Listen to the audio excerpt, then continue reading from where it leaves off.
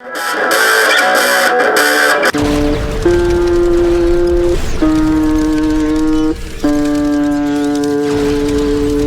welcome to A Game for Your Nightmares. Today we're talking about Resident Evil 3. So Resident Evil 3 is a remake of the original Resident Evil 3 Nemesis title, and it follows Supergirl. Alright, let me grab my...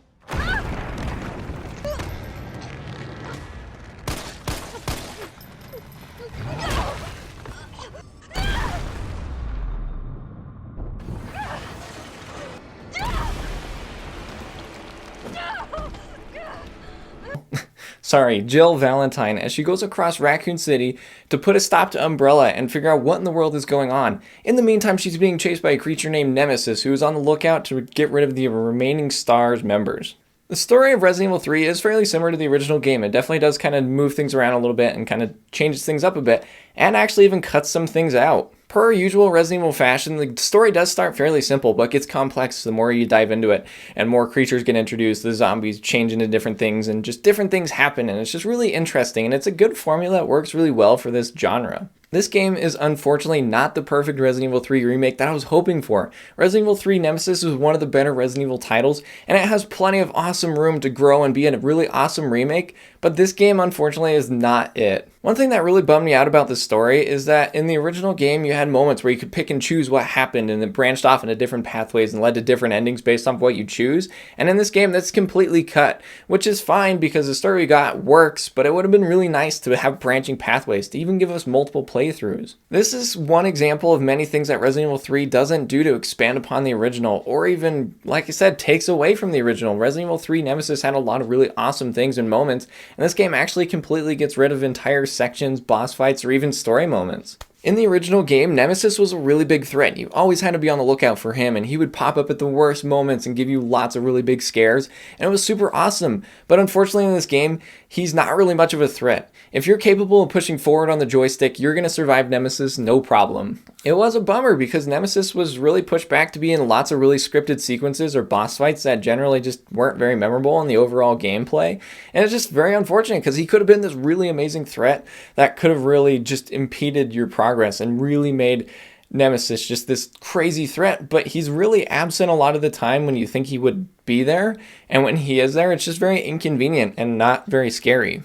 This, in tandem with the very linear level design, just really made Nemesis a pushover. He wasn't that scary and really, honestly, one of the more forgettable parts of this entire game. A moment ago I mentioned really linear level design, and I feel like this really hurt Resident Evil 3, as it could have been this really big sprawling world where you had to go in between buildings and have a really awesome Raccoon City to explore, but here it's just a very linear experience that you know exactly where to go, and it's not really hard to get lost because it is such like a point A to point B experience. It was so fun getting lost in the mansion or the Raccoon City Police Department, just trying to figure out where to go or where certain pieces of different puzzles went, but really there's not even any puzzles in this game. It's not hard to get lost, the map doesn't have branching places to go, it's all very straightforward, and there is a lot of backtracking in the very small areas. Graphically, this game does look awesome. I will certainly give this game credit for looking great. It has fantastic visuals, the sound and everything, the lighting, fantastic. It all looks and plays really great. It just definitely was a bummer that a lot of these other factors really kind of push that aside and not really appreciate how well it looks because you're too concerned about everything else. One thing I did appreciate about this game is it does have a little bit of that Resident Evil cheese that we know and love from the original games, and I thought it was great to have that. I think it's fun to have a little bit of cheese in there just to kind of have some fun, or else this would truly be a Carlos-less world. Jeez, what a line, man. Like, how do you say that? It's ridiculous. In the end, there's really not much to say about this game. It is just a far more inferior title than the original game, which is unfortunate because the original game has so much potential to have such an awesome remake. Resident Evil 2 was a fantastic game, and they remade it very well and really enhanced the experience, but here they in fact really hindered it. And I would say the original Resident Evil 3 title is a far better experience than this game was. My first blind playthrough took about 3.5 hours, and that was really not knowing what I was doing. I can't imagine how fast it would take to really know what I was doing. Under an hour, 2 hours, it just really isn't that long of a game.